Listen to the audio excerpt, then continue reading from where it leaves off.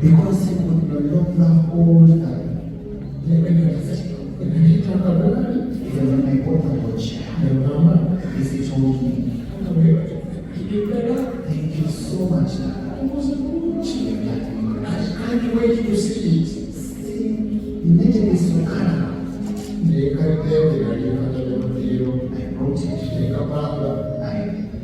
brought it. And he was so grateful that I came. He started me home one night. He didn't message me another time. I don't know what was saying. He had a grateful heart. I've learned a lot from him. And another thing, I've learned to be voluntary. Even though he has the guys I told him, I pray to God to help me. As I was giving him my cell phone, I said,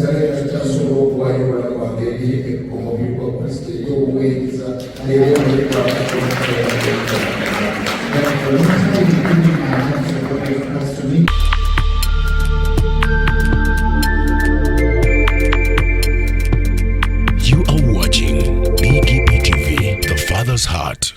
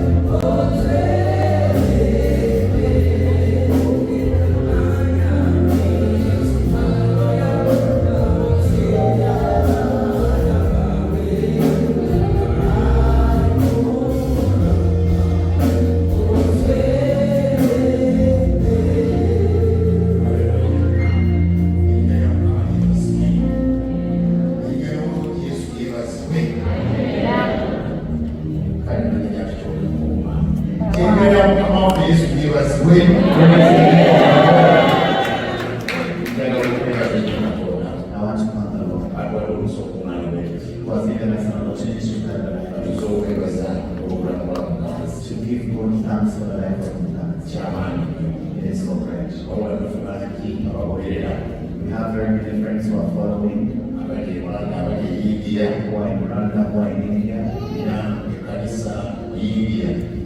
And the church in India are following everything going on.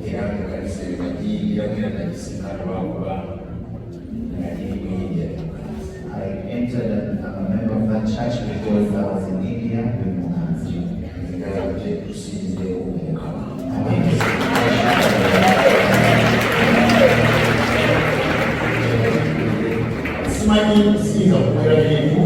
I cannot say no to some things.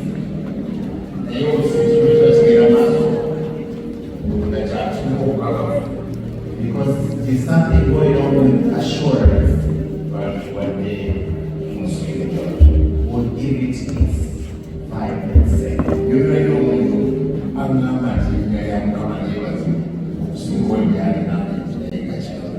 I enjoy so much telling you. I'm telling you also story for the Lord.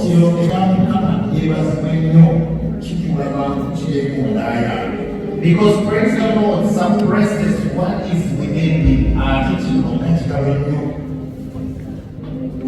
But sorry for the loss is like a hammer that hits my heart.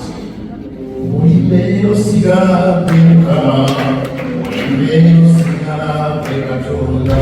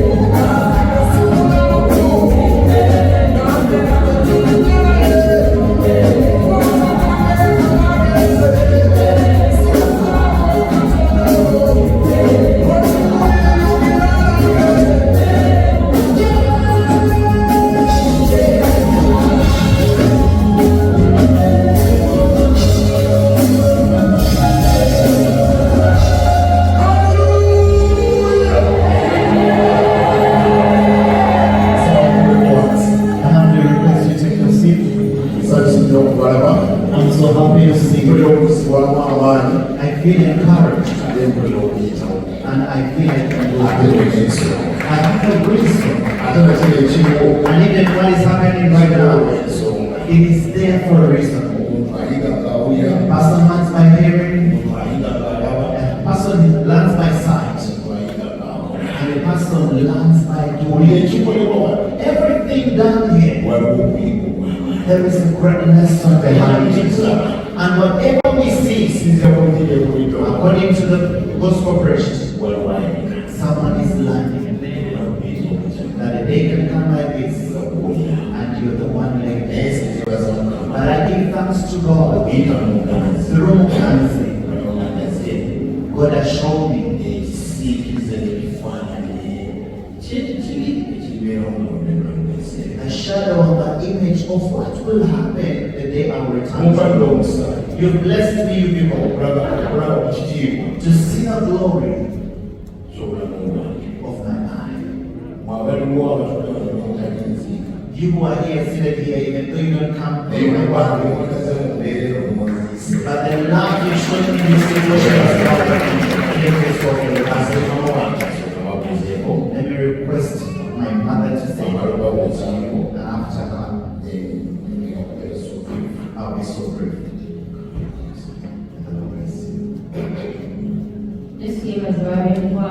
Praise the Lord, friends. Thank the Lord for this day. Say we are well to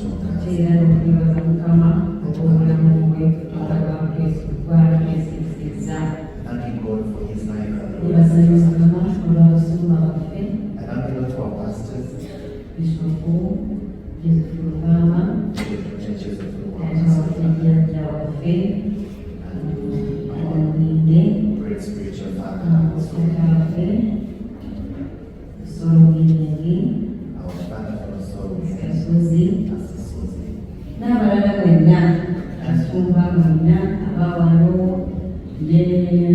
n'abalala and the entire pastoral tebaza mukama kizabakibeerawo sumba sebakula abakonemusoke mwenna yakuzimbonoo thank you, I'm not grateful. nebaza mukama olwakakiiko Thank the abadde Lord for the bakikolanga olabyenzijanjabalamu wansi banange mwebalina mwebaleterawo okufaako ekanisa yonna branches zonna eza UCC n'abalala bonna abatali mu ggwanga beebaza mukama webali nnyo okubanga katonda bakozeseza bulungi n'okutuusangamu amagamba nange n'awaka eyo temutulekereke mutwaliro omwana wange ali n'omwana wonna wali mubaddewo kama bongere emikisa mingi bannange wena abali ku mukulu wena mbeebazenza siryango nebaza mukama olw'obulamu bwa muganzi katonda ekiseera kyamusikizikisizza era nga bwemuwulira ebigambo bino ebalokera muganzi ebirungi kyamazima muganzi abadde mwana mulungi nnyo nange saamanya naye abadde mwana mulungi nnyo nga kyakuleberako kirungi nnyo ebibanne nebaza mukama era mu byonna tutawalanye okugenda olulwadde lwangu nnyo mwana ono ng'alingirizibwa naye mu byonna taliseeyo okubeera musanyufu ye mwana ajja abadde ajjanjabika nga talina ntondo tasunguwala teyeekabakaba kimunakyenkya ku makya oba naagala okulya aba naagala n'okunywa oba naabukula ega bannange obulamu bwe bubadde bwewuunyisa naye obulamu bwayitamu bwakunyigirizibwa nnyo nnyo obuluminga bungi nebaza mukama olw'obwetoowazeebwe weewaawo eyabadde nga tumulaba omulundi okusembayo twategedde twali tumanyi kigenda kubanga bulijjo tugende oba tunaddawe bityo naye mu byonna nebaza mukama olumu nfuna akaseko nebaza katonda kyomwana ono afudde muliweevu mu kristo yesu era ekyakeesezza olunaku lwa tuesday yabadde wednesday omusonyi waemusi omwana ono saawa 10 n'atabuka nnyo kati awo babaddewo tukutamalisa ebityo takulira mpewo simanya biki byabadde bizibu nnyo byabadde bizibu naye twabadde nga tumufulumya okumutwala mu motoka kubanga abadde anafuye nnyo ng'anafuye ekiseera ekyo amazina anafuwa n'entukaniku ekisenti ebeera nga muliisa buliisa tusitula musitule naye twabadde tulinaye mu kawirukira nga tujja mu ddiiro omukulu n'adduka n'atawaleeta emmotoka musitule tumuteekemu ekisinga okunsanyusa muganzi yafudde ayatula yesu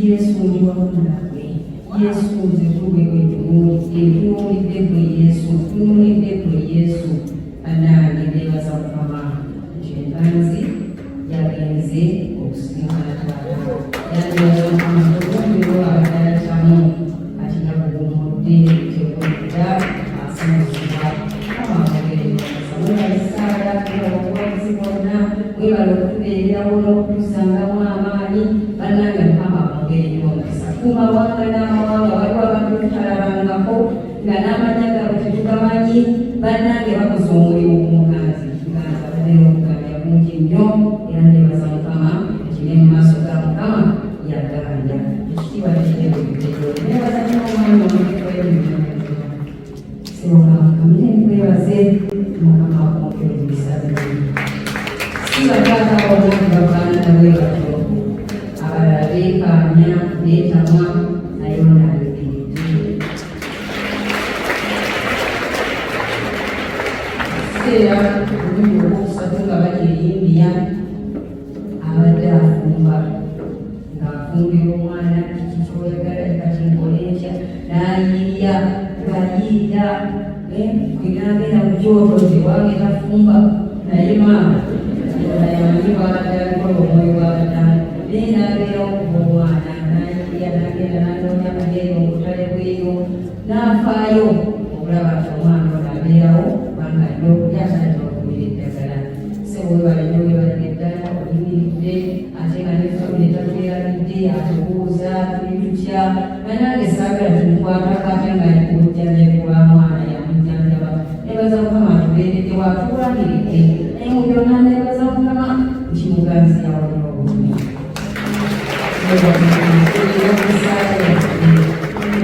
muganzi kyoyitamu sijja kugamba nti nkimanyi naye nga maama mpulira obulumi naye guma ate tobanga ku Mukama tomubangako totewemulugunya nyongera ddala kumwagala omwesige olunaku lumu bwe luti Katonda agenda kusuula nkulu luno kasikiriza kugamba nti bwoliva mu bulamu bw'ensi naye nga nina engeri gy'endisalikasalika mugamba olunaku lumu bwe luti Katonda agenda kujja mulimu Katonda agenda kusanyusa yongera kumwagala Mukama afaayo bannange gambanga amiina maama amiina nebaza Mukama nti muganzi yawummudde ali mu kifo ekisinga eyasanyusibwa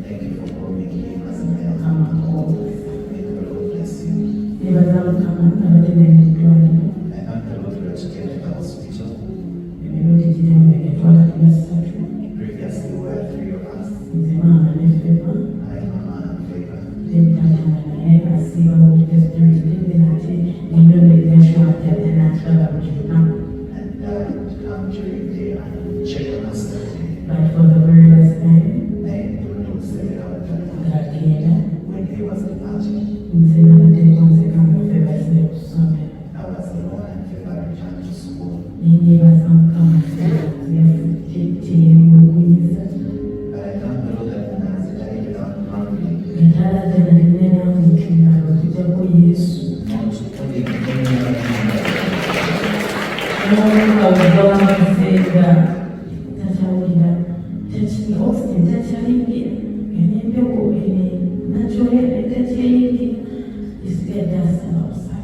And even when you lost oxygen and natural air, you still go on the name of the Lord. And I'm going for the time to be with you. Guys, you can watch TV.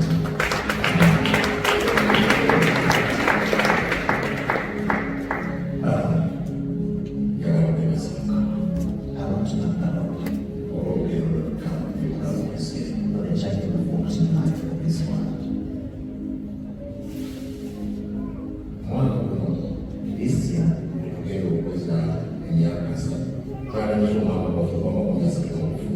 we started our battle in this year.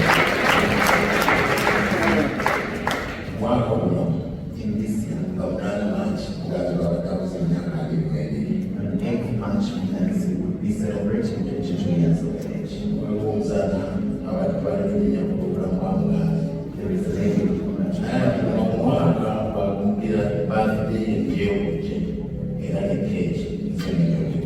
and she had said this year, I will do the party of Uganda's birthday and the cake is mine.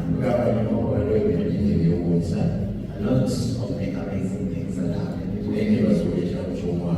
But I thank God for the gift of my son. When Uganda entered secondary,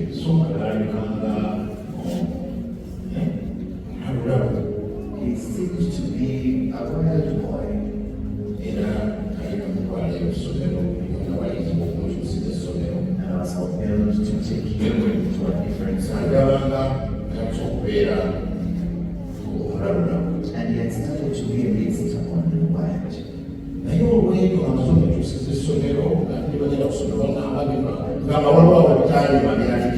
But after changing his school, when I go to school, the reports were not good. I started judging myself. That this boy I started to be like this because I'm not giving enough time.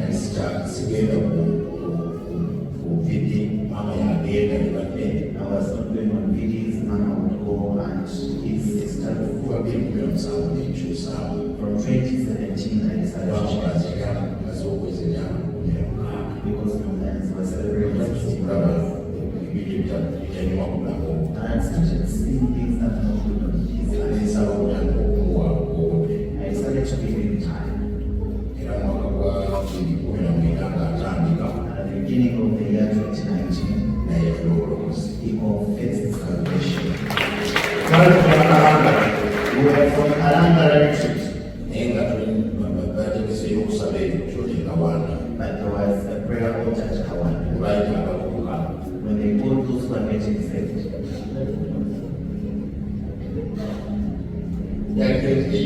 He confessed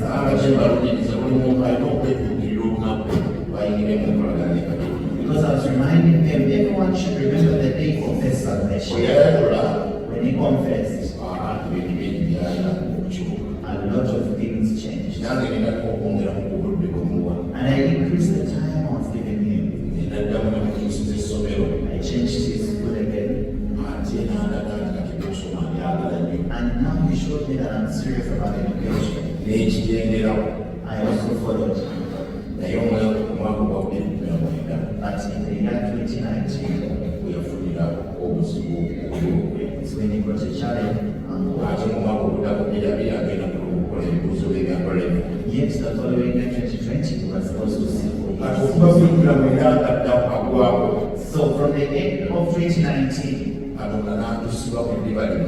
the Lord bind us in one heart. And I said I have to take him to the hospital. The more I took him to the hospital, the more I wanted him.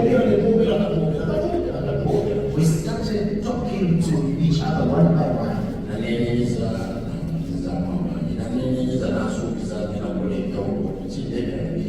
Then I apologized, encouraged me, I'm going to make a difference and other things.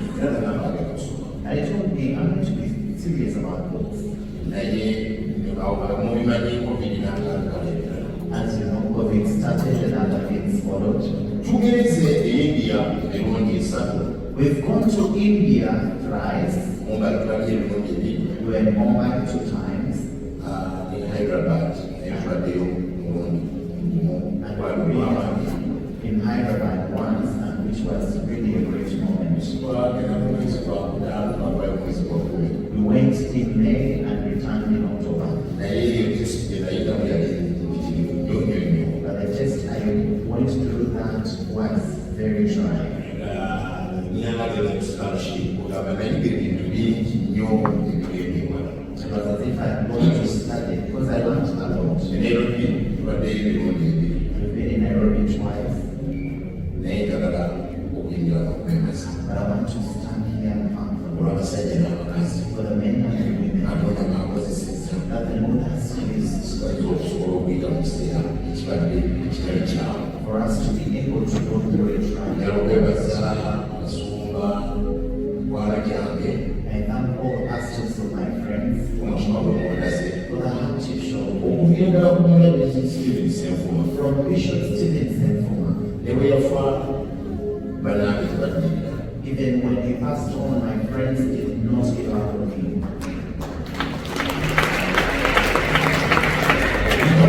Through the different platforms, Dr. Semanga bwe yakyogerako abantu bangi bagoloka okuva mu mawanga ag'enjawulo ne bayimirira naffe. when Dr. Sulmana talked about it, many people are also different nations and stood with us. Ebyobujjanjabi bisaala okuyita mu Dr. Kibirige yabiramu obudde bulungi. I want to talk about the treatment process because Dr. Chirike elaborated it very well. Naye nyo okutwala omusawo okwebaza ennyo omwami Andrew Ssemakula. But I take this opportunity to thank so much Pastor Andrew.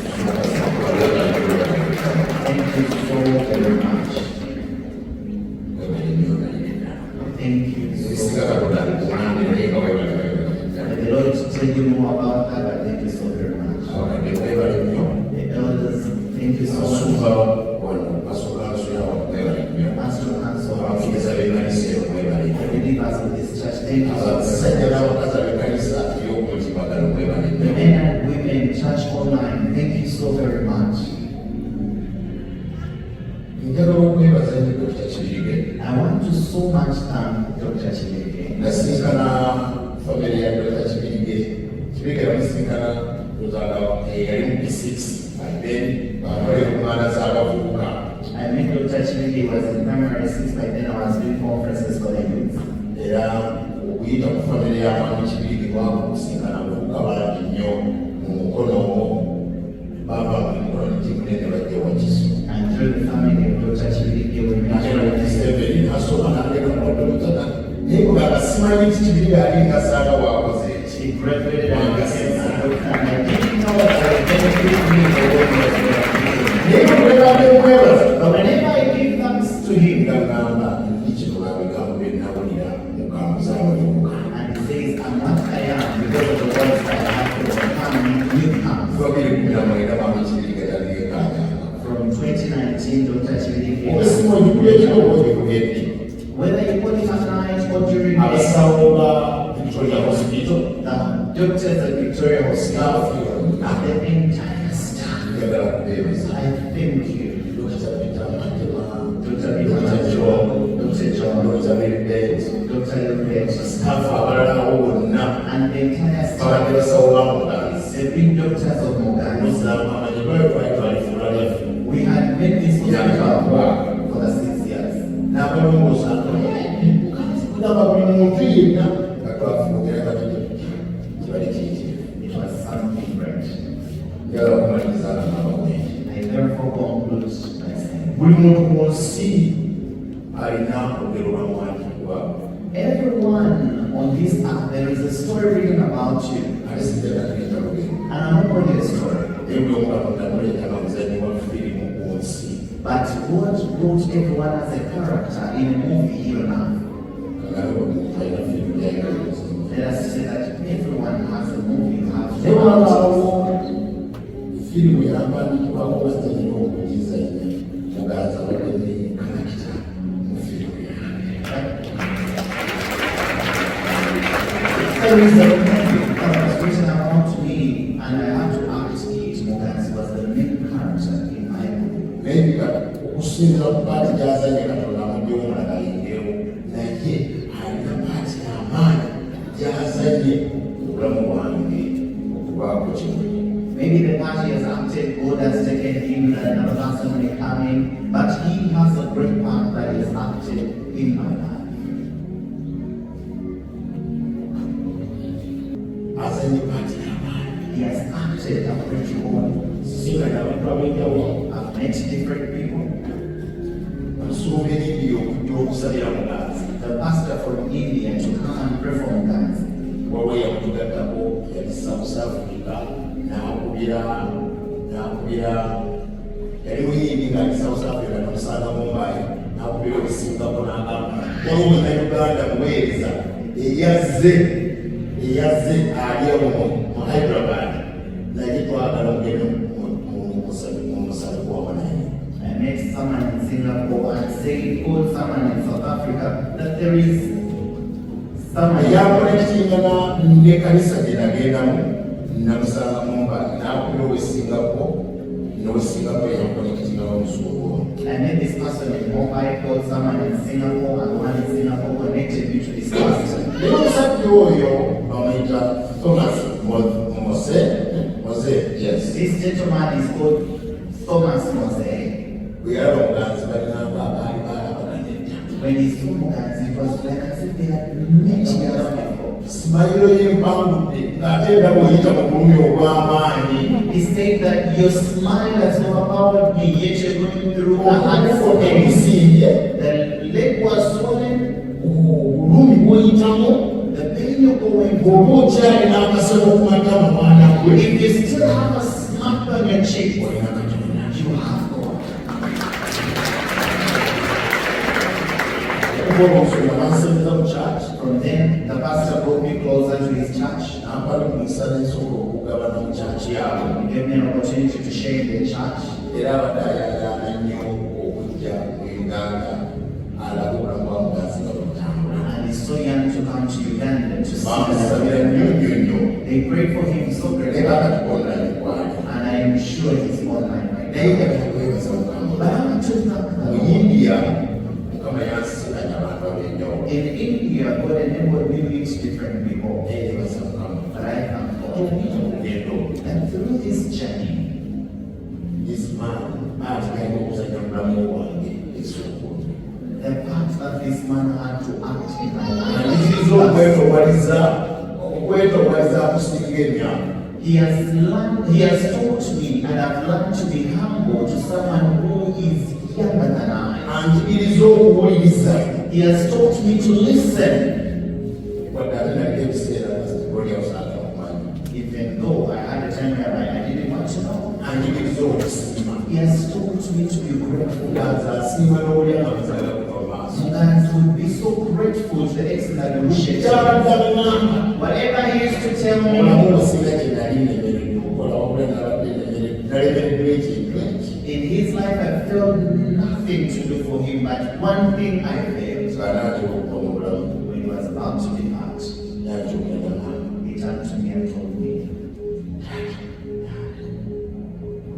Nakulaba ki? I will be well. Naye mbadde nsaba. But I request, Afulumye okuwabweru. can you take him outside and you give him oxygen? Nga ennyingi eyakusiya. That was his need for that time.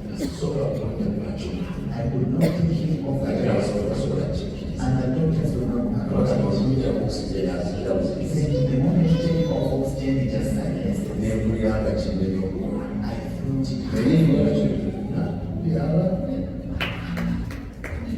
But all the other things he requested, I would do them. The money, Nasiba mu kibuga nga noonya kagaala. I was in the city looking for a wheelchair Kubanga ebyenkana takyabisobola. because he could no longer hold them. Naleeta akagaali.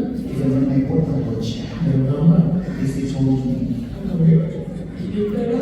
thank you so much, Dad. Omuze bulungi. You've done me I right. can't wait to see it. Still, immediately so kind.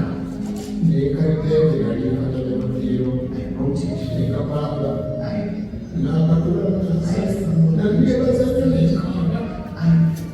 was so grateful that I came. yakasoddewo ekiro kimu He started it on one night. yakasengawo omulala He didn't visit me another time. alina omutima okusiiba. He had a grateful heart. ogamba muyigiriddeko I want the Lord from him. ekirala And another thing, muyigiddeko obwannakyewa I've learned to be voluntary. wadde oganza ngenzi Even though he has decided, ekyakyatolanyaawe I pray to God to help me. nga bwebadde mpaayo obulamu bwa buganza tagenda kunsasula As I was giving him my cell phone, I sigala kitasobola okuwayo obulamu bwange eri omubiri gwa kristo eri obuweereza eri omubiri But voluntarily giving my life to God was to ministry to what I was giving it to him. okoze ebintu bingi bulamu bwange I've done a lot for his life. sinonyaweefulira Not seeking for gain, naye nga njagala kumugasa but I wanted to benefit him. naye asobola okubeera ekyotola kyamulondero That he may fulfill the purpose of what God created him to kiba do. kimu kyalisasula And I knew he would never naye be emissoni ye But his mission, bwebanga ewedde if it is done, yemuyigiddeko whatever I've learned from asobola him, kwenyanyange byapulani ku bulamu bw'abantu abo. I pray to God to help me that I apply in the life of other people. njagala kugaana ebyokuweereza I want to learn from a level of merely ministry, ayagala kugasa but I want to profit and benefit. ekifaananyi kyebadde etambuliramu mukozi The image I've been walking in ogambi Uganda, omumanyi oba simumanyi whether I know you or I don't know, sigali akyasobola okuwaayo obulamu bwange omuntu wetakasiga that I can voluntarily offer my life to a person to benefit. omukazi mwegiddeko ebintu I've learned a lot from others. nakusinzisembayo The last day, waliwo ekintu mukama kyeyankoledde there is something that the Lord did for me. yanakusiibula I was not here to cry. I don't know why I'm crying.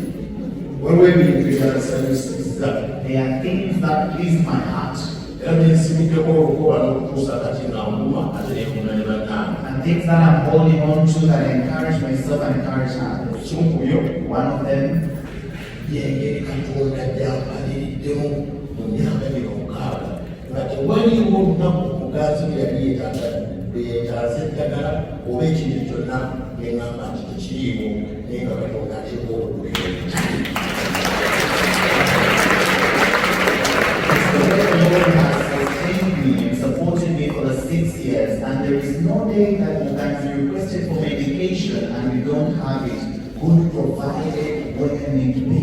abantu bagasizza olugendo lwange mukama akozesezza abantu mukitiibwa ne besiyabangako mu buliwo besisinkanankako naye olina akukubira essimu naye nga tandikukubira wakati mu bwetaavu ate nga tomusabye ate nga tomugambye n'agamba nedda kiki ekyetagisa nga tukikole ki ndabi katonda ng'akola omulimu ekimala essimu naye katonda alina As people do a work, people call you, you don't know them, you've never heard of them, they call and meet this need when you've not requested them and you've not told them that the Lord does work in the real time. era ekyanzizizaamu abantu And what encouraged me yembala katonda gy'atadde mu mwana ono is the character that the Lord had engraved in the life of his ekitaki son. ekyemabega When I attract the previous child and what it is right now, netandika okugamba I started to say to myself, omwana ono okubeera omulamu for this boy to live nanjayulako and he grows wide, wakinagenda he would rather naye go. omwana ono okubeera nga bwali bwati But for this boy to be the way he is, nenkolagana gyalina ne katonda and the relationship he has with aibulagaati omusomesa bayibuli okulubereberye mpaka n'agimalako naye yagamba ekigambo ekyamawulula kyali kimu kyomuntu wokungula gwawo naye omwomunda Genesis to Revelation, but when he learns that overpowered me, he said that the scripture he learned most is that though the outward man is perishing, the inward man is being renewed day by day.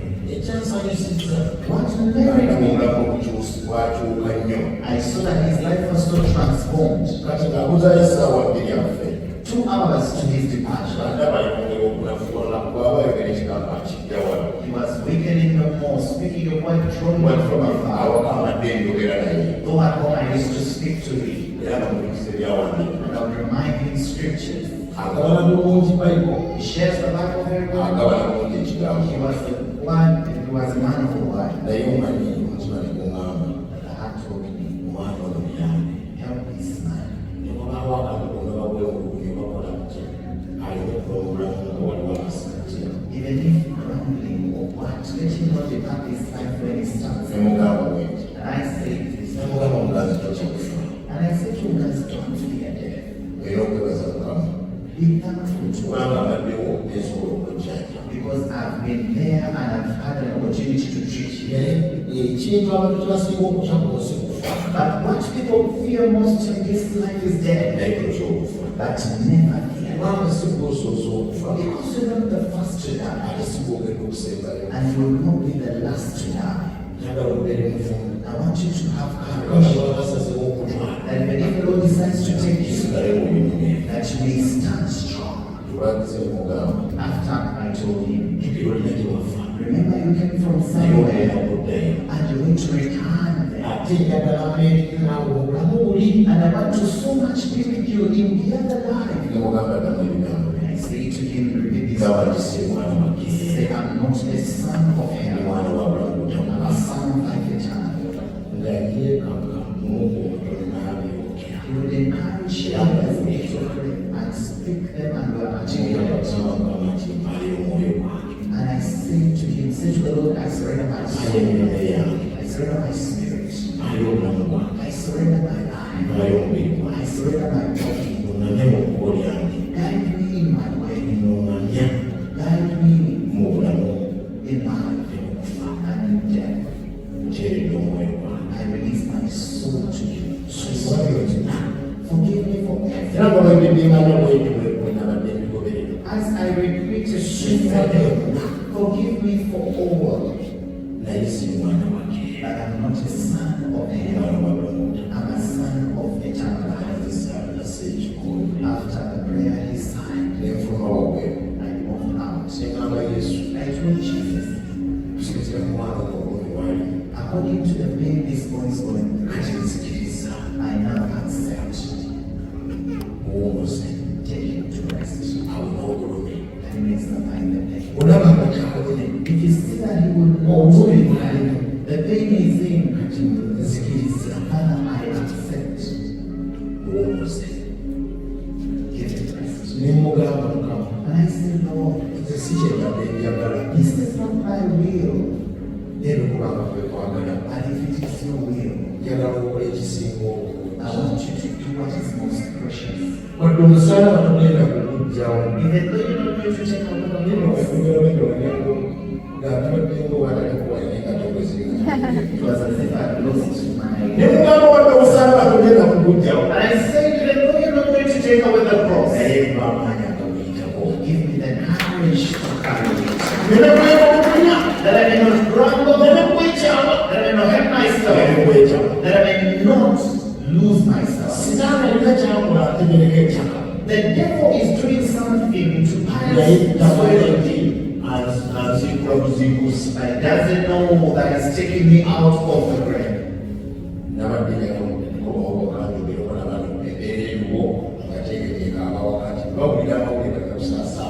I wanted to come back and prepare my family to tell them that if you hear sad news, please don't cry so much. What happened? I could not write that in. On a brother, I would not cry. I would not hate God. And I thank the Lord. The choice of the Lord was to take him back. And I thank the Lord that now my child is saved from me. And I thank my dear wife.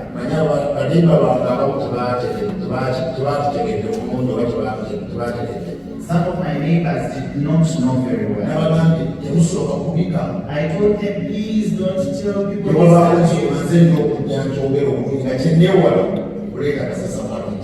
if there is anything, I'll come and address it. I didn't want people to. And I called them in prayer era nabalese mu ssaawa and I left them in prayer. naye maama nemukubira I called Mom. nemuwulira nti tuuse ku ddwaliro kino kyekiriwo I told her, first the hospital, this is my ayagala daughter. olemukaga Please be calm. nayiba tetusobola okubakanga Please don't scare the children. twagenda kuddayoge nabo kubanga abantu bewaffe bonna oganzi yafuuka mwana wabanayimba yakugamba buli omu ng'amwagala yasanga na show eyo yalituuseeko ateekudokubala I didn't want that shock that would befall me before others. nemugamba njagala omubeere mu nnyumba zigenda kujja banayimba baffe kuleerera I told her, stay in the house and come and talk to the neighbors. naye maama kwebaza And thank you, Mom, negenda okumyakumya abaana for the way you gathered the children. ngamba okwebatobeera bakyamala That at home there was no commotion. era tulina obuyivu obusatu And we have era ndi mugumu I'm strong. ono paati gyabadde alina okuzadde mu firimu yange alimazi That the part Muganzi had to play my movie is done. kati nange mwana kuzadde paati yange I'm also struggling to play my part. abaana abalamukama bampadde The other children nsonga don't have nabayambirawo bazadde paati zaabwe mu firimu yange I pray that they play their roles in my movie. simanyi epaati gyekalayenga mukama atonda I don't know whether it's a nebaza okukwano I thank you for the nebaza okuvunanyizibwa I thank you for the responsibility. siyinza kumenya buli muntu I can't mention people one by naye one, waliwo abantu abameza omukwano but there are people who have shown me genuine love. abali mu mawanga People in nations, abasawo the doctors, n'abakozi abalala and other. abasomesa ba seroma The teachers of Seroma Session High School. beekolamu omulimu nga tewali abasawo wadde akola bo ng'abasomesa bebeesoodamu sente eziwerera ddala nga tugenda buyimbi They mobilized themselves a lot of money as we are going to India. ekirala Another thing, nalina obuweereza I had a ministry. neŋŋendayo okuba nali mu program I went there because I was a abayizi ba stefa The students n'abasomesa beekolamu omulimu and teachers mobilized themselves. basonda mu katatina ku basonda milioni n'ekitundu ziteeka ku sente zitwala In that minute, they mobilized 1.5 million to manage us. olabye bamusumba frekisozi When I went to Master ngero Fred, kyanze mbuulira the following day was the one to preach. balina kaayimba ku mukolo bwe twaliko One certain ceremony, nga tukiwolesa waka we left Muganzi home. batukubira simu nga tuli ku mukolo They called us for the ceremony. kyafaafa That all his family was. basanga abaana bali mu mazzi Before children abaana died, bagala okukyagala and I told them, please don't do that. tumutwala okumpi ku ddwaliro Made arrangements and took him closer to a hospital. ekyagenda mu kituuti The following day I was going on a public day. ndeba nkyeteredera I had prepared for it. naye nga tolina ekisa But the Lord is gracious. nembatwala mu ddwaliro I took them to a hospital. oxygen They put him on oxygen. engira nezijja nempeereza The following day I came and naye ministered. nga kyako okuwulira kusumba fred I feared to tell Pastor Fred. era ate nja kuwulira ng'alowooza ku mwana gwegese mu oxygen I'll preach and he will think about the natugala saavisi ewedde I told him after the service. naye ate simanyi katonda kyemukozesa But I don't know what the Lord had used him to yatuma do. mangu ab'oluganda He sent brethren batwala mu ofiisi to take me to the office. n'akubiriza ekkanisa He gathered up the church nenfuna sente and I got money. ngenda okuddayo mu ddwaliro By the time I returned to the hospital, the doctors were telling me, omwana omuzzeeyo awaka take this boy back home. wetaaga okisigeri awaka You need a kikolebwa infection ku ddwaliro To me, that take him. ndowooza tebali beewala kufiira mu ddwaliro yawe What you are running away from is going to die. kyekyanzigirako That is what came to me. okuba sente zaaliwo And because they had ane money, katonda alina oh God is great. essaawa ekukirizawo singa That time they sent for a cylinder, Kireeta awaka we brought it home. abadde balaga nti buli awaga okubeera katonda ateekawo I was showing you that whatever they will taste, God Alfred kwebaza nnyo Thank you, Pastor Fred. olutalo lwabaawo okukoza omulimu Ever since this battle started, we've done a great work. abantu bayimiridde n'abantu People have stood with me. abali mu bungereza People in abali mu England, amerika people in America. sinalekonyeraga nti obwolo I can mention one by one. omuntu eyayimirira naffe emyezi egyo nga tuli mu bungereza twayiteetaaga emitwalo ebiri nagenda n'enkumi ttaano eza dola In England, we needed $20,000, but I went with only $5,000. twayiteetaaga emitwalo ebiri We needed $20,000. naye twagenda n'enkumi ttaano We went with $5,000. ennaku nnya zaali zimaze okugwa In 4 days, the $5,000 was done. kati nga nina kusala magezi mu So I had to devise it to get out of Eden. But then use a certain family.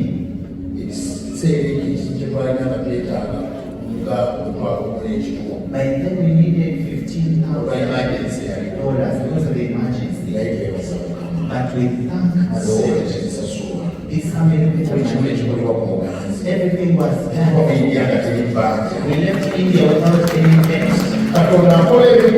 God does great things. When Israel was getting out of Egypt, they passed through the middle of the sea. But the words that I told the Lord, and one of the things that encouraged me, I told the Lord, when you take me back to Uganda, you'll have done everything for me. But rather than going through the Red Sea, the clouds paved the way for us. The Lord paved the way amidst the clouds. I saw myself bringing Muganzi back to Uganda alive. Let me not take much time or speak the rest of the time. That you showed me love. You've been there for me. You've supported me and my house. I am not crying. And I've played my part. And I've rested my chin. And the Lord has married my heart. I'll be strong. I encourage my father and my dear children and all my friends. And I promise you, you're going to serve. You're going to serve. May the Lord Heavenly Father, the Son, the Holy Spirit, you've done me good. Thank you for the life of Muganzi. Thank you for the journey you've taken us through with him. Thank you for restoring me back in his life.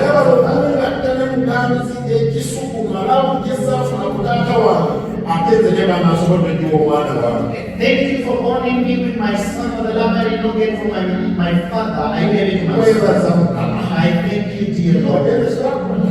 Though I never grew up with a father, you've given me an opportunity. Muganzi grew up with me. For the 22 years, he's spoken a lot. And I thank you, dear Lord, because I've also lesson. At least I'll tell you to the pastor who was I thank you for the pastors. I thank you for the believers. I thank you for providing. I thank you for every woman. And I thank you for the prayerful people who are interceded for. I'm not here by power, not by my wisdom, but by the prayers of men. Thank you for doing us. Thank you for permitting God to use you. We thank you, Lord Jesus, and we give you all the glory. We pray everything.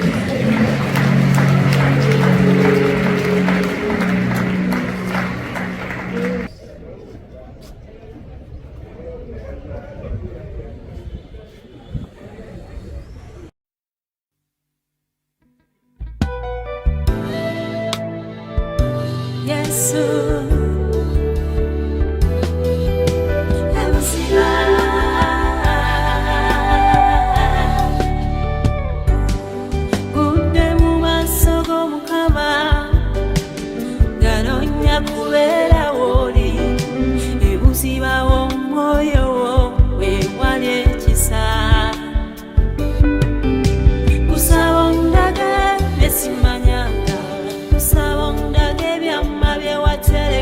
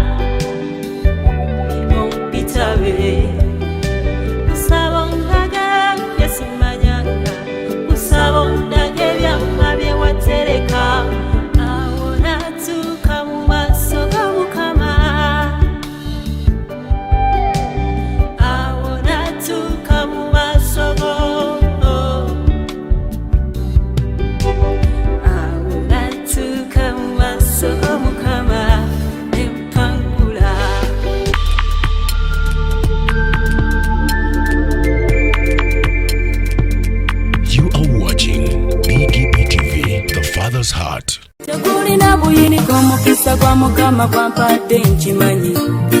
Obadde okimanyi nti osobola okufuna event planner and manager okuteekerateekera omukolo gwo gwonna kati osobola okumufuna nga mulokole obutafuna stress yonna. BGPevents be bantu abatuufu oyagala kekisi ebifaananyi ebirungi ne vidiyo motoka z'abagole mu bika eby'enjawulo kyangu tukuyambe tukola decoration ali ku mulembe tulina bridal gowns ne changing wear obutebe tentsi abafumbi abalungi saako PA system ekyuma ekisunsula obulungi ate nga tukulira ne bajeti y'omukolo gwo ejja mu nsawo yo saakuba ashers baffe abali smart abataswaza mukolo gwo n'abogezi b'emikolo abalungi bakatumwa ate nga tusobola n'okufunira reception y'omukolo gwo katoyagala suuti makanzu agatwalibwa ku buko oba gomesi tubikufunira ku bisale ebirungi. BGPevents bwetegeka omukolo tukuletera n'abayimbi abasanyusa abagenyi bo saako kukola selection y'ennyimba ezigendera ku mukolo gwo. Essimu 07758681 oba tusange Facebook page yaffe oba Twitter, YouTube ne Instagram. Blessed Charles, Blessed Gospel Promotions. BGPevents twewaayo for excellence, flexibility, time, integrity and hard working.